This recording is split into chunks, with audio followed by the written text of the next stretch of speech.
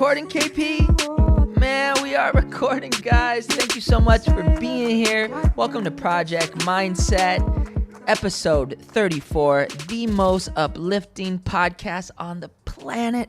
I am your host, Kevin Stirdivant, aka Coach Kevion. This is our 7 Equities series. If you have not been listening so far, the 7 Equities is something, and if this is your first time listening, 7 Equities is like the foundation of Project Mindset. 7 Equities are mindset, health, spiritual, family, social, your hustle, and money. And for the very first series, Mindset, we have my dude Mike Diamond, author of an incredible book called 7 Steps of Creating an Unbreakable Mindset. Then we had my dude Brad Davidson, who came on the show, and I'm actually going through his book. He wrote a book called Stark Naked, Eat, Sleep, Recover, a 21-day metabolic reset. This dude dropped some serious heat. And this equity right here, rare and spiritual. And we have such a special guest for this equity, and it is my baby sister, Marina.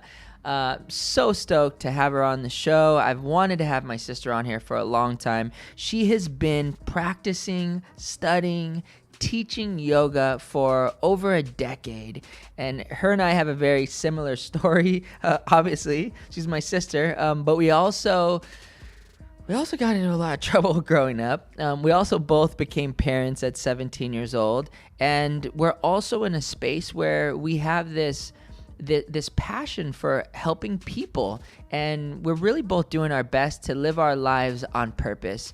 And I've kind of taken an entrepreneurial and life coaching focus. She's really taken a focus on yoga and teaching people how to get aligned with themselves and have a deeper understanding of who they are, who their creator is.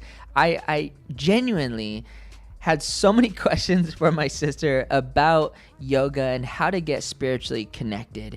And I think you guys are really going to enjoy the tips that she shared on, I'm not going to give it away, but she shared 3 really cool ways of getting grounded and being spiritually connected.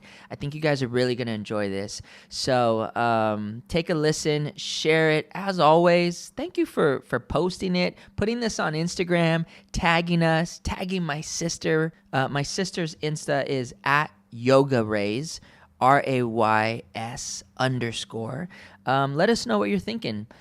Also, we have like a legit website now. It's pretty crazy. Go to projectmindset.co. People have been buying our products that we put on there. I think there's hats, there's hoodies.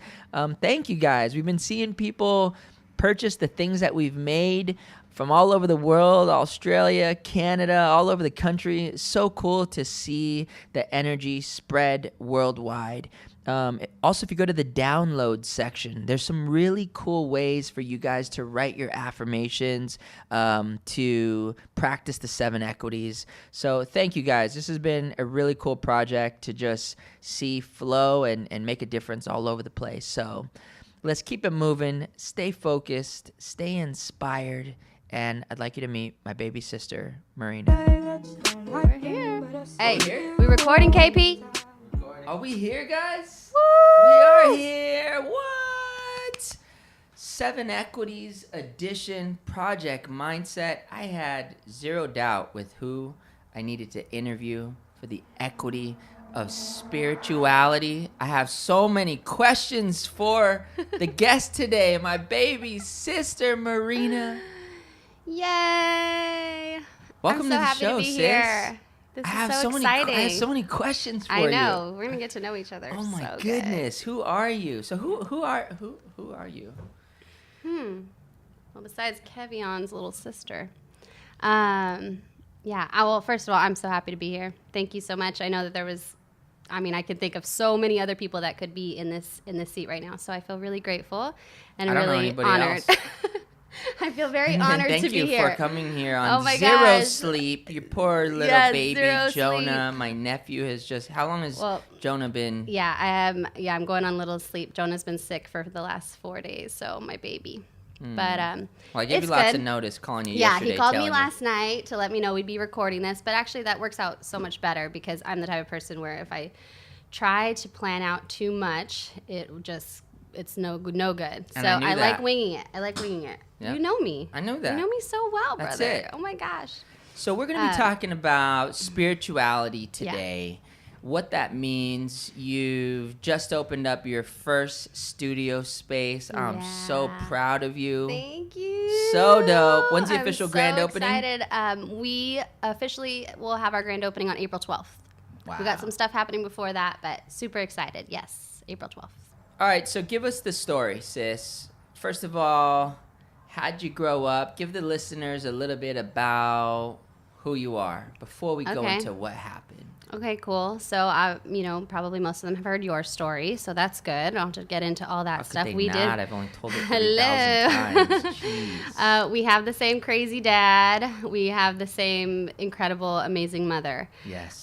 We went through the same moves. I did the same thing, going from school to school to school. I don't know how many schools. You go to? Dang. The whole world knows how many schools I've been to. What are you at, 17? I think I was at 14. Wow. Yeah. And then I dropped out as well. Oh, my God. We are way too common. Why did you drop out? Well, just like you, I had a baby at 17, too. Oh, my gosh. I'm like, I want to do what my brother did. So great job being an awesome role model. Sorry about that. It was all part of the divine plan. It was all a divine plan. It was bigger than we could have ever imagined. And this is what I actually like about, and I think why people do resonate with us, because we did not do the typical things right of going to school and starting a family. It's like, we dropped out and became parents at 17, and we're just trying to figure it out. Mm-hmm. Yeah. Oh, I think that's an amazing part of what has allowed us to be who we are, because we've had to figure out so much along the way. Yeah. It wasn't shaped out for us. Our parents did the very best that they could with everything that they knew. Yeah. And it makes me really proud of who I am today. It makes me super proud of who you are, and also our other little brother. You ever feel like, how did I get here? Like you ever sit and look at, you have a beautiful family. Yep. Joe, who you're married to, Kalia, who's just like this. How old is Kalia? Yeah, I have a Kalia who's 13. It's kind of rude. I should know that. Yes, your favorite niece. What the heck? My daughter just turned 13. That is crazy, raising a 13-year-old. Brody. I got Brody, who's 5, and then Jonah, who's 1. You guys bought your first house a couple years ago. Mm-hmm. I'm jealous of you and Joe. I've told you that lots of times. And the dance move you guys have together, and your way of living and going to Big Sur and the whole deal. Do you ever stop and just look at it and say, damn. Totally.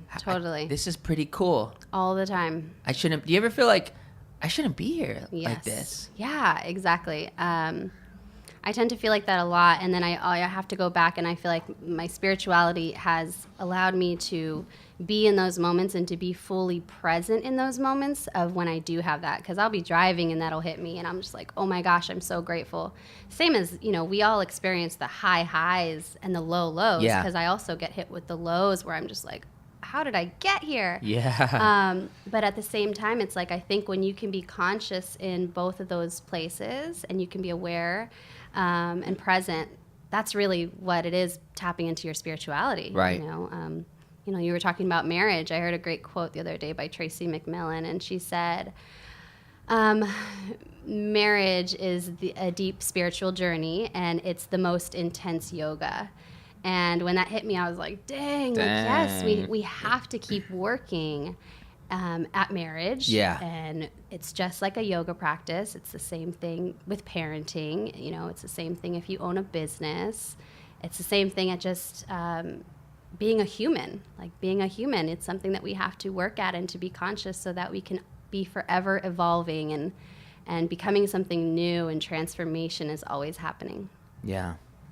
That's awesome. Yeah. That's awesome. So if I were to like turn my Oprah on and be like, okay, I'm going to give you a word. Yoga. Okay. What comes to mind? So the first word that I think of with yoga is unity. Yoga is all about oneness. And I've been teaching yoga for the last 8 years, probably been practicing yoga for about 11, 12 years maybe. I started when I was in high school right after I became a mom at 17.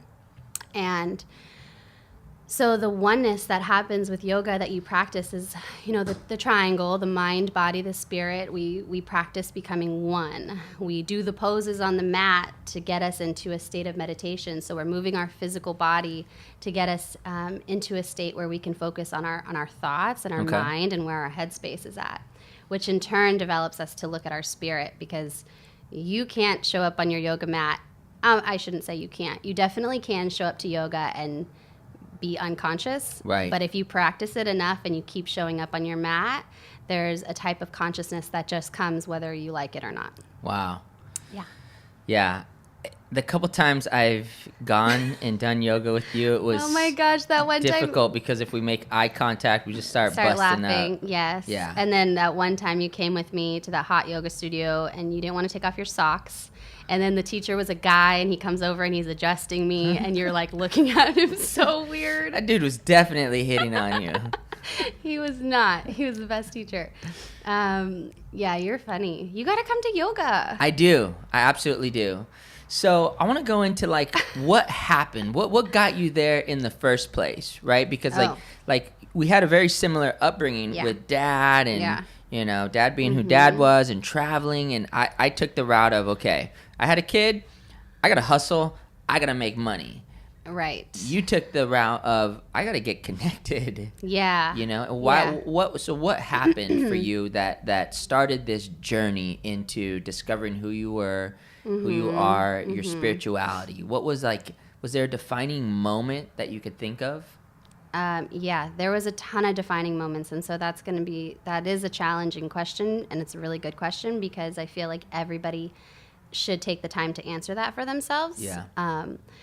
Because it's important to understand your journey. So for me, that feels like it happened so many times over and over again. And right. I don't know if you feel like this, but sometimes I'm like, I can't believe I'm even still alive today. Like with how many moments how many decisions I've made that I shouldn't be here today, So absolutely feel like that all the time. I think in a lot of those moments, I'm like, those are the moments that have helped me get back onto my mat and have these very, very serious conversations with myself that have said, you need to get it together and you have to figure this out. I think becoming a mom at a very young age, you automatically, like becoming a parent at a young age, it's no longer about you. It's about this other human being that you have to keep alive. Yeah. For me, her dad was out of the picture very early, so it was easy for me to step up my game because I'm like, I don't have a choice. No options. I don't have another source. I don't this is it. And you have this amazing, beautiful human being to take care of. And she was a game changer for me. So kind of like you with Eli. I mean, she changed everything. If I always tell her, and I shouldn't tell her this anymore because now she's getting cocky, but I'm like, without Kalia, I don't know where I would be. I don't even think I'd be alive. Same thing with Eli. It's like they changed our lives so much. But like when we say that too much and then we try to discipline them, it's like, don't forget, Dad, who, I'm kind of the one. And it's like, homie, calm down. Calm down. You're lucky I kept you alive, okay? Calm down. I didn't give you up for adoption, okay? Okay, so that was one of the moments. But it took both of us a while. Like I wilded out so for long. a while. Yeah, I cannot even say that like, I had Kalia and I was this great yogi, That's what I'm saying. Like it took so many more moments after that to really like hit me over the head and get me to focus. Yeah. And each time you get thrown off, life happens. I mean, sometimes I felt like I would have moments, so had Kalia at 17, started teaching yoga by the time I was 20-ish. As a yoga teacher in the very beginning, I was still not conscious to anything. Yeah. I don't feel like in that time I went through a lot of hard relationships. I kept, putting myself in weird situations. Like, it was like I was testing boundaries left and right. And what do you think that was all about? That's kind of my favorite thing to actually think about because it's interesting to me. You knew that there was this higher source, this bigger person, right? And from the outside, I could see you self-sabotaging that. Yes. And I look at who I was, were similar to me. I was a life coach at the same time that you were a yoga instructor. You're teaching people how to get connected. I'm teaching people to have this whole and balanced life. At 20 years old, I was so ridiculously unbalanced, crazy. I'm partying.